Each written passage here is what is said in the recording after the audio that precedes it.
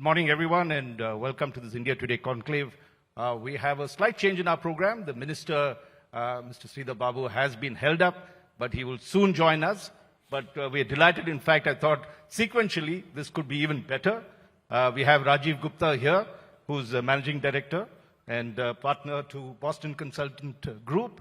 And he's done a major study on AI, the AI economy, and what are the job opportunities. I had the privilege of listening to Rajiv when he presented some of the findings to NITI Aayog. I was present there. And I think the big question there, which following with what Sonal had said, is really not what AI can do or artificial intelligence can do. It is what we will do with it. And if you take a look at what Rajiv is going to present, and of course we're sitting in the midst of the cyber hub and across in the city that I come from, Bangalore, which we've always had a competition as to who's the real Silicon Valley, and I think the minister will talk more of that. They're close to, across India, 9 million strong India's technology sector. And Rajiv's study shows that we could lose as much as 1.5 million jobs, or, and that's the big thing, we could create 4 million more jobs. And I will not get into the details and let Rajiv do that, but I think that's the big question. Can we convert what seemingly is adversity, and we all experience that in our daily lives, into a great opportunity for India, and what India should do about it? Rajiv Gupta, please do make your presentation. Let's give him a warm round of applause, ladies and gentlemen. Thank you, Raj. Am I clearly audible? Awesome. Raj, thank you for the pleasure and honor for being here and for effectively kicking off this, this conclave. As you said, you heard me speak about this a few weeks back, and then you used an interesting word. It's a privilege to hear me speak again. I don't know whether it's a privilege or whether you can tolerate hearing me for a second time. First should have been bad. Sorry.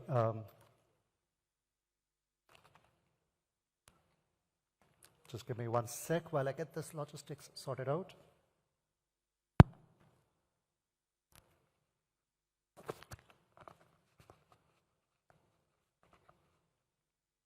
Do I continue to be audible? Okay, perfect. And thank you, Sonal, for the kind introduction, for this question uppermost in everybody's minds. Not what can AI do, which obviously is quite interesting, but what will it do to humans, to people who work, and therefore to jobs. I was honored and privileged when late last year, actually December 2024, the NITI Aayog CEO requested me and my team to embark on a study to do this analytically. There's a lot of media, there's a lot of hype, there's a lot of buzz. You know, you could go and ask this question anywhere and you'll get different answers. But we were asked to do a more scientific study as much as possible on this topic. We had the pleasure of launching that report, which is in public domain now, a few weeks back. And what I am going to present is the summary of the findings from that report. The report looked across various dimensions, a lot of primary research, a lot of economic data, World Economic Forum kind of data, OECD, and then brought to bear some significant experience that we have working with clients as Boston Consulting Group. So that's really the summary that we are going to share. There's a date that's quite interesting. November 2022. And I would like to say 22nd November, but it's plus minus 1 day depending on which part of the geography you were in. What happened in November 2022? GST. Chat GPT. What about Chat GPT? Chat GPT was launched. Actually, you're right, kind sir. Chat GPT actually was launched in 2020. There's nothing called ChatGPT 3.0. It was actually 3.5 that was launched in November 2022. That made it very B2C. and everybody started using it. AI actually, we are in the 5th generation of AI. Let's not kid ourselves. We are in the 4th generation of the internet, but in the 5th generation of AI. The first time AI was introduced was actually 1927. There was a German movie called Metropolis, which was about a AI humanoid that is created to do a lot of good, but then like all movies, it goes berserk and starts killing people.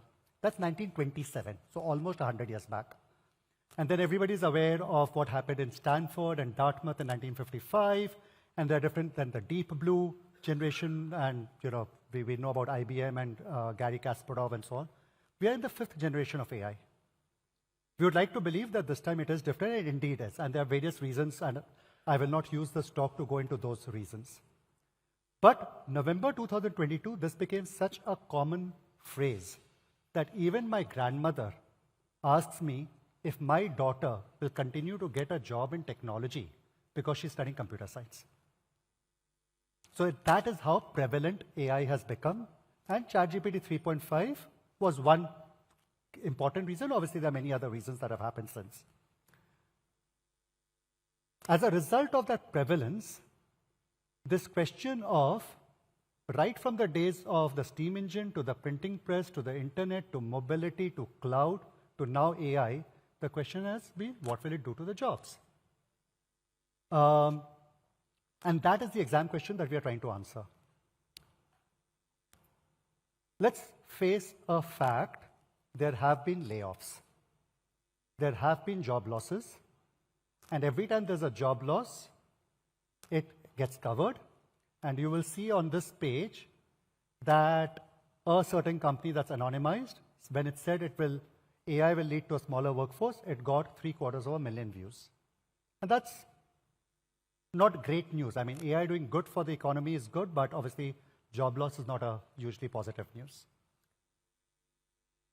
What I'm going to talk about is also some of the areas where and how AI can create new jobs. Another equally large tech firm, when they talked about how AI is creating new industries, new use cases, new technologies, and how jobs get created, the number of views it got from a company that has a larger market cap than the previous one, the views was 1/15th of the bad news. And we all know, and I mean, with due respect, I'm speaking at Times of India led conclave, bad news tends to travel faster than good news. But what are the statistics? World Economic Forum did a big study, and this is not AI related, this is across all technologies, all economies, and so on, and said between 2024 to 2030, so very imminent future, not 20 years from now and so on, 170 million new jobs will get created globally. 92 million jobs will get replaced. So it's a net addition of 78 million. And in addition, 69 million, close to 70 million jobs will get augmented or will significantly look different. So we have two things that are happening. We have close to 80 million jobs that are likely to get created, and this data gets corroborated with OECD and with many other ways that you triangulate. Everyone comes up with an answer somewhere between 50 to 100 million. So the fact that by 2030, and this is based on the growth of the economy, how many trillion it will become, what is the average salary, et cetera, et cetera. So there's enough math behind it, but almost everyone agrees that 50 to 100 million, and let's take 78 million in this case, jobs will get created globally. And another 60-ish million jobs will change its shape and will look very different from what it looks today. What we did was, we looked at a framework that's very crucial. Everyone talks about the kind of work. Everyone talks about, oh, the call center jobs will get displaced, BPO jobs will go away, software coding jobs will get replaced. And I'm talking, as Raj said, in the Silicon Valley of India. I'm sure everybody here understands technology and services. So that is the view, that those are the kinds of things that are likely to get changed. And that is the change in the worker. There are roles that will get eliminated, there are roles that will get augmented, but also some new roles will get created. The other part of the framework that we don't talk about is the change in the actual work. What will happen with new tech, new use cases, and new roles, and therefore what will it do to the overall workforce? And when we did use this framework, we found three things. Definitely, there's going to be some disruption. There are already enterprise roles that are getting created, and there's some frontier tech AI roles that are coming up. And I'm going to take a few minutes to go into these three findings. First of all, this is a page that most of you will identify with. Broadly, and I'm oversimplifying this page, so please, for the technologists in this room, don't beat me up. I personally also don't like the oversimplification here. As Raj said, the Indian tech industry employs 8 million people. It is a close to $300 billion industry for us. Broadly, the 8 billion people can be divided into either doing IT, software, applications, infra, doing engineering, R&D work, or doing business processes.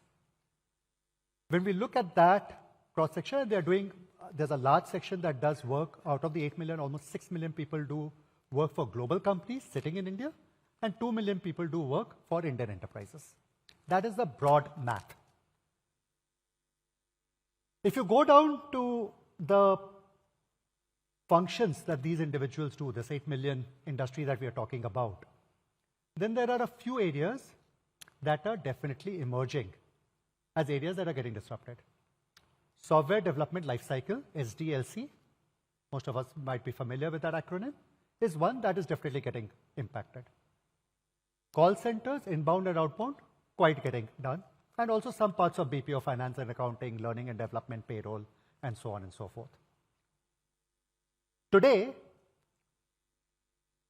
based on real work that we've done at clients, at various technology companies or various GCCs and so on, when you use AI, many hyperscalers, etc., will say, oh, 60%, 70% productivity. What we are seeing on the ground is 15 to 20% productivity.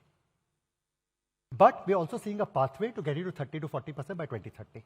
So technologies are still emerging. Adoption is a problem. There's some other issues, but we estimate that in the next 3 or 4 years, as those issues get resolved, you will get to 30 to 40% efficiencies on those people. The roles that are getting impacted out of the 8 million is close to 4 million. So half the people do SDLC work, call center work, BPO work, etc.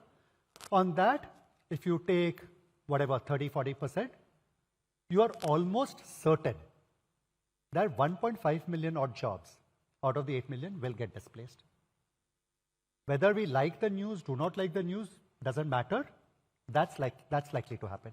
Now, can the 1.5 become 1.2 or 1.8 or something? Fair enough. But of that order of magnitude, the number of people will not be doing these jobs. But finding number 2, there are new jobs that are getting created already, not in the future. And these are jobs that we are calling at an enterprise level. Various companies, whether these are technology companies, whether these are banks, whether these are consumer goods companies, manufacturing companies, in all of these places, various AI jobs have already been created.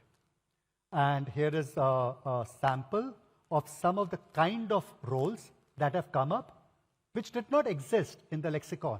In Google, there's a search you can do for any phrase or word and say, when is the first time that phrase came to life? If you see the phrase prompt engineer, till 2019, the number of times the word prompt engineer is used is less than 10 a year. Since 2019, it grows, and right now, the number is greater than 1 million. The phrase actually came into existence from 2019 onwards. And today, I'll show you a chart of the number of jobs that are prompt engineers. Now, my personal view is that there's a growth of prompt engineers. Even that will disappear in a few years as individuals become far more adept. But there are more and more AI jobs that are getting a great traction from all the normal corporate companies that we are talking about, whether it's AI solution engineer, whether it's an AI ops engineer, and so on and so forth. And on this page, you see some of the roles that are getting created. The interesting thing out here, so forget generative AI, artificial intelligence, the first row, that is a bit generic. But people who know large language modeling, 19,000 jobs. People who know Chat GPT, 5,500. Prompt engineering, 6,500 people. It's in thousands. The challenge is, in the finding number 1, the number of people who do software development or application development is 1.5 million. The number of people who do call center work is 2 million.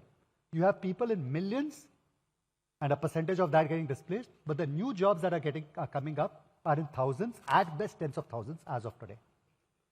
So what gets displaced are large chunks, and what gets added is lots of smaller pieces of work.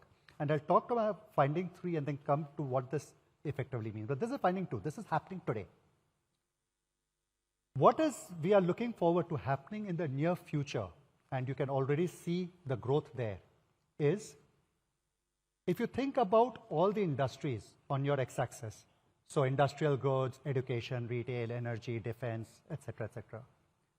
We do a report every year about emerging technologies. At any given point in time, there are 50 plus technologies that are emerging. Emerging means there's a lot of patents happening, a lot of VC funding happening, but enterprises are not yet spending more than $50 billion on it. That is the definition of an emerging technology. As soon as 50 billion gets breached, we call it an emergent technology. And so data and analytics is no longer an emerging technology. More than $50 billion of money spent on that through companies. But quantum computing is emergent because more than $50 billion of funding is there, lots of patents and IP is there, but companies have not yet spent more than $50 billion in IT spend. So like that, there are 52 technologies as per our 2024 report. If I just take a small subset of that on this page, quantum, VR, AR, robotics, blockchain, and so on, and you take a subset of the industries, and you just take a small subset there and blow it up, then you start seeing some interesting examples. And I'm just going to take 2 examples to bring the point to life. The first one is in quantum. In quantum, Volkswagen launched something called the D-Wave. They actually did it in Lisbon and in Madrid. And effectively what this did was, this improved the amount of time it takes for buses to navigate a route or for 10,000 taxis to navigate a route. So it basically is traffic optimization. Honda worked with Blue Qubit, and what they did is they used quantum computing to do much better image classification. It helps autonomous driving, which is one of the most highest invested technologies. It helps in autonomous driving significantly. So these are the use cases. This is the kind of new work that's come up. This has led to new roles: a quantum machine learning engineer, a quantum data scientist, phrases that we were not using till a few years back. I'll take a second example and then summarize what I mean by this. If I take haptic technology, how many of you have heard the word haptic? Okay, that's really a large percentage of the room. For those who haven't, haptic is the sense of touch in a virtual world. So if you're doing an app today and you're buying such things from Amazon, you might say, I don't want to buy curtains from an Amazon because I can't feel the texture of it. Or I don't want to buy a shirt because I want to feel the texture. In haptic, with some sensors and some technology, you are able to feel the sense of touch. So Esper Bionics effectively makes bionic hands, which effectively can not only do movement, but sense hot, sense cold, and so on. Edermis is a second layer of skin that you put on. It has 32 electrodes, and it is used to create, do physiotherapy. So I personally tried this a couple of weeks back. I was suffering from tennis elbow for the last 6 months. It would not solve. I've been going through various physios and so on. I was in the US. I decided to find a place that did this, and they put this on. I did that for 3 consecutive days, and my tennis elbow was gone. And it's only been a couple of weeks. Let's see what happens as I start exercising and playing sport again. But it is that kind of a use case. So you see various pieces of use cases out here, but again, the most important part here is that the roles that get created. Who has heard of a neurophatic engineer? There are 4,000 people today who are neurophatic engineers. There are courses in various academic colleges who are teaching you to become that. As I summarize all of this and the 3 findings, what does this mean? You have conventional jobs we understand: software developer, tester, call center agent, person processing AP invoices. Tens of thousands of people, if not millions of people, where those roles are getting disrupted. You are having new roles come up, prompt engineers, AI/ML DevOps, AI/ML architect, that already various companies that we work for are starting to hire. And then you have these hyper-specialized roles which are coming up, and if I just go back a page, if now you just take these two examples that I took, quantum into traffic, haptic in consumer. Like that, if you now go down use case by use case, there's a whole range of new roles that are coming up. We are entering a world of hyper-specialization. So to the question that I was saying my grandmother asked, my response to my kids is I am the last generation of having made a career out of being a generalist. To say that I'm an engineer who never did engineering, I did an MBA, and I'm a good problem solver, and I can do change management and transformation and all the good words that consultants like to use. I'm 53. I will probably not have to do much, and I will manage the next few years of my life by doing that. If you are 30 or even 40, then forget having a career and lasting an employment role by saying, oh, I'm a generalist. The world is moving towards specialization, and if you have kids or if you yourself are studying, then the thinking is, what do you specialize in? But this analysis now brings us back to the exam question that was posed at the beginning to say, what will AI do to the number of jobs? And that is a very mathematical question. It is not a view about, oh, I feel this, I feel that. The maths is the following. The global economy today is 114 trillion. I'm not an economist, but various economists believe it's going to grow at a percentage, let's say 3%. And by 2030, so not 2047 or anything like that, but by 2030, it will become a $132 trillion economy. The tech spend, where I do have a point of view, that today the tech spend is 1.5 trillion out of 114 trillion. We work with Fortune 100, Fortune 1000 companies. We understand their tech investments. We understand their budgeting process. We understand their planning process. We participate and actually help them do that. The tech spend, which today is at a certain percent, in banking is at 8.5% of the industry, in consumer goods at 3%, in manufacturing it's at 1.4%, energy is 0.7%. Every industry, every segment has a percentage of tech spend based on the industry they work in. That tech spend is only growing in every industry. So while the economy grows at 3%, the tech spend is likely to grow at 11%. And the $1.5 trillion spend today is going to become a $2.5 trillion spend by 2030. India's share of the 1.5 billion is 1.5 trillion, is 300 billion. That's a statement of fact, give or take 10 billion here or there. A big assumption is India's share remains constant, which if you were to ask me as an individual, we are not doing enough to keep it remaining constant. We are going to lose market share. If India was a company, we are going to lose market share given where we stand today. And I'll just come to the last part of my presentation of what India needs to do and what each of us as individuals need to do. But if India was to maintain market share, then India's tech industry should become 500 billion. Now you can assume that, okay, how much will the extra 200 billion come from increase in cost, salaries, wages, or increase in numbers, P into Q? If you assume a 6% CAGR in salaries, which is roughly the trend over the last 10 years, then the average individual is 37.5K in India. That will grow to 47K. So it will start hitting the 50K number that the entire IT services industry has been aspiring to hit for a few years. Fine. I mean, just through normal organic growth, we should get close to the 50K number. To 500 billion divided by 50K is 10 million jobs. We today have 8 million jobs. We are definitely going to lose 1.5 million by my previous analysis. So we are going to get to 6.5, but can we get to 10? And that is the summary of our findings. 8 million, statement of fact. 1.5 million, almost definite. Therefore, from 6.5 to 10, can you add 3.5 or 4 million jobs, as Raj said, give or take? That is a choice. We are at that juncture today. I went to college to my undergrad in 1991. 1992 is when liberalization happened.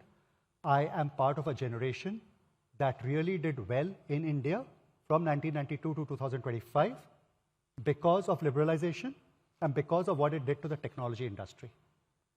From 2025 for the next 20 years or even 10 years, that tailwind is now gone. And there's only so much you can, 33 years is good enough to survive a tailwind. So now the question is, what is the next tailwind? Whether it's 33 years or 10 years or 5 years, I'm no Nostradamus, but that requires something different. Let me just, before I go into therefore what we need to do, and I'm going to take a minute to share one example for you as to why I think we are at risk. And I talked about neurophatic engineers and Volkswagen and Esper and so on, and all of you might think, okay, this is all, a Tony Stark Avengers movie, and we see this in Hollywood and so on. So I'm working for an insurance company in the US. And this insurance company wants to produce a CRM solution. They don't want Salesforce or Dynamics or something. They want to do a custom CRM solution. Everybody here understands CRM? Yeah, so this is a requirement that I'm hoping everybody can be familiar with. We helped them do an RFP. We invited all the major players that everyone will be familiar with at this, in this room. We invited all the top 4 or 5 major players to come and do a bid. Our RFP that my team wrote had 60 pages of requirements. These are the requirements that this insurance company has for the CRM. All these big IT services players with large workforce in India came back with 600-page responses, and everybody said we'll take 2 to 3 years to do this with a 100-people team. So almost, thumb rule, it's a 3,000 man-month implementation. And various pages and so on that they came and presented, and we were analyzing all of that. The board of this company knew the CEO of a small $300–400 million engineering company. That engineering company focuses only on insurance. Very, very specialized company. Their labor workforce, so their developers and all, are all based in the Balkan states, Latvia, Romania, and so on. So all in Northern Europe or Balkan states. They responded to this RFP. So while the larger players had all these 500, 600-page responses, they responded with one QR code. That's it. You clicked on the QR code. They asked the client to click on the QR code. You click on the QR code, it opens up an app. And they said that, look, we've taken 2 weeks to take your 60 pages of requirements and curate an app for you, for your CRM solution. By the way, 59 pages of those requirements are useless. That's pretty standard. There's 1 page of useful requirements. There are 6 other requirements. We know insurance so well that there are 6 other requirements that you have not stated but we think are important to you. We know that the players you're talking to will take 2 to 3 years to do this. We will do this in 2 months for you. And our fees will be, because you're doing the CRM to increase your sales, so in your sales, whatever is the extra margin, we will take a percentage of that from month 2 to month 36, because that is the speed to market we are giving you. I was in US last week helping this client decide, and they decided to go with this player. But when I saw that, and I saw the conventional responses of our IT services guys, which is a large proportion of the 8 million people we are talking about, that makes me fearful. And all the other players had enough AI written in there, like we did a search, and in those 600-page document, AI was least mentioned 35 times, maximum mentioned 112 times. But there was really no AI. It was packaging of good old conventional development, testing, data conversion, and so on and so forth. So with that in mind, what do we need to do? There are 3 types of people that we need to think about. There is a person who's 22-year-old, let's call her Rekha, who's coming into the workforce. Undergrad, done some STEM course, done computer science or whatever, coming into the profession. There's Aman, who's a 40-year-old IT middle manager, and then there's Mohit, who is a PhD and a specialist, let's say sitting in US, who might want to come back. For Rekha to go from becoming a developer to becoming an AI architect in the next 2 to 3 years, we need to reskill. She needs to take whatever she's learned in college, but add skills, courses, programs, and do a journey from being a tech graduate to being an AI engineer. For somebody who's a 40-year-old who today manages teams and so on, to actually help define the strategy for a client requires a different kind of skills. And then, if you really want to attract that deep specialist, which unfortunately we do not have enough master's and PhD programs, and I'll come to that in a minute, but if you're wanting to attract that kind of person, then that person does not need skills and courses. They require infrastructure, hardware, compute power to make it happen. These are the requirements for these three kinds of people. And where we are struggling today actually goes back to the basics, which is skills. We have benefited from 1992 to 2025, and I don't have a geopolitical view of what happened post-independence and what happened in our first 5-year plan and so on and so forth. But at some point in time, someone set up the IITs, someone set up, and that spawned a lot of other engineering colleges. We became a powerhouse for engineers. Those engineers came into the workforce. For a long time, when I was in school, we kept talking about brain drain because there are not enough jobs for engineers and so on. And we're producing so many engineers. What are they doing? Starting 1992, liberalization, and then all these other companies have started coming to India. Engineers had a job, by and large. But now what is the next leap? That is something that we have to solve for in terms of our fragmented skilling. We don't have a uniform AI curriculum. We don't have AI research today as much as we would like to have. And therefore, our innovation footprint is still very, very nascent. The number of IPs and the number of patents that we publish is very low. We did a comparison of a leading US college and a leading Indian college. And even there, the gap between how AI is taught is very different. In the US college, AI is through a co-op program. While you're doing the courses, you're doing an internship with some technology company, and you're actually doing it hands-on. The courses are getting refreshed every quarter. Out here, we are still refreshing our course every 2 to 3 years. The co-op program is still a dream. Internships are tough to come by, and if they are internships, they are actually not very meaningful. So there are some real challenges that are there, and that is where some of the root cause or some of the root issues that we need to solve if we have to win the battle from 8 million to 10 million. Otherwise, we can be very settled with 6.5 million number. To just conclude, there are 5 focus areas that we recommended to NITI Aayog: embedding AI in the education system, becoming a global AI talent magnet for people outside who can come in and giving them the necessary infrastructure and compute power, reskilling the current workforce with courses and programs and actually funding that, establishing an open source AI common platform, and then actually rationalizing what is very federated, but actually our compute power is quite low, enhancing that. So I'm just going to pause there. I know I've been speaking for almost half an hour, and see if there are any thoughts, questions, reactions. Happy to take so for the next 5 minutes or so.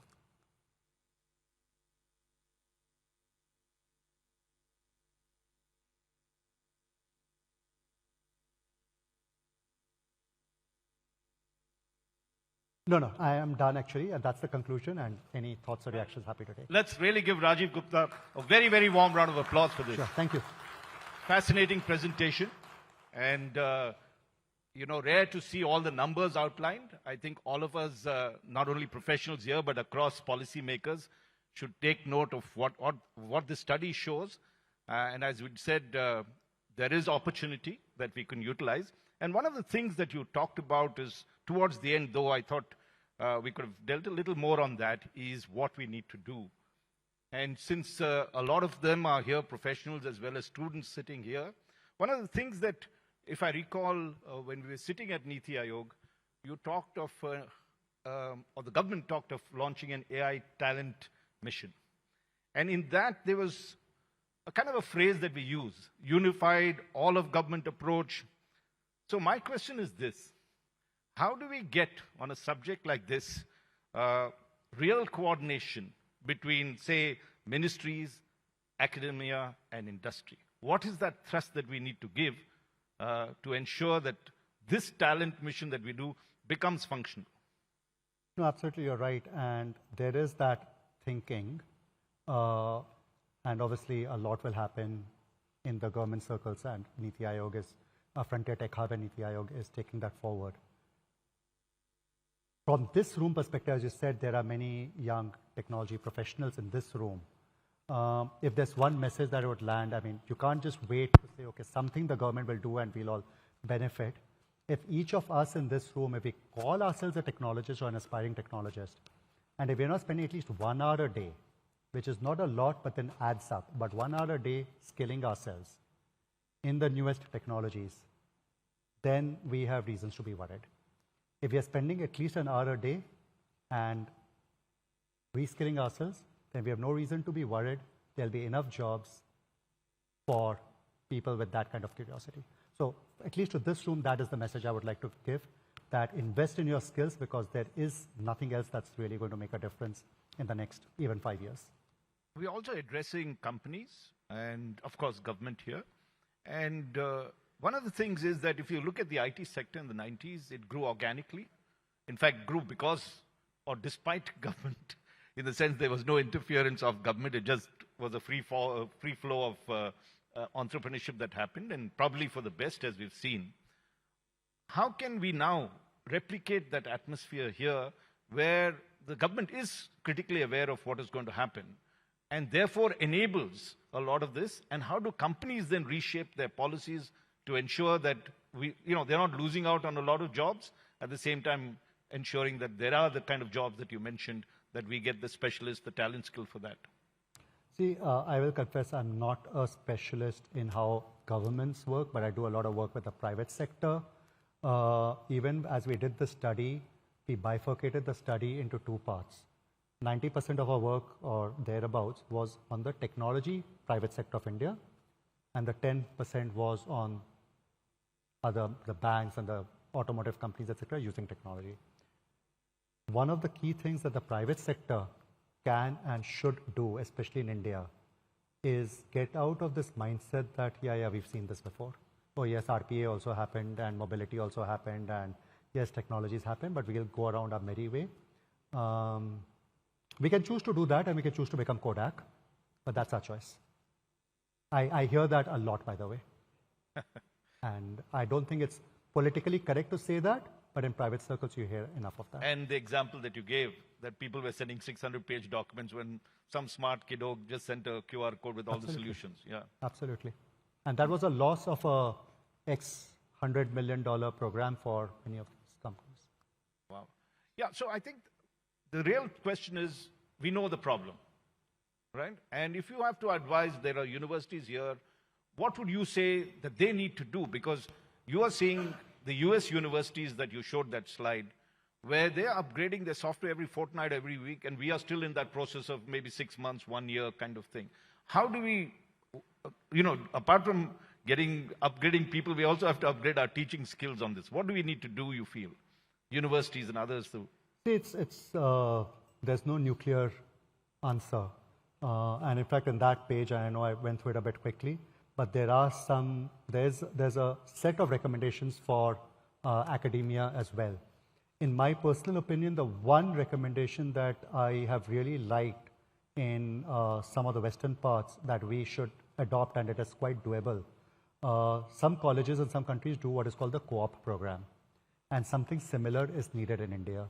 As you are going through an undergrad, especially in a STEM course, to be able to do that, and during the term to be also able to be working with a company, a technology company, or a company that in the technology department of a company, and actually leveraging skills and using it in real cases is one of those recommendations that I think is very much doable and quickly enough.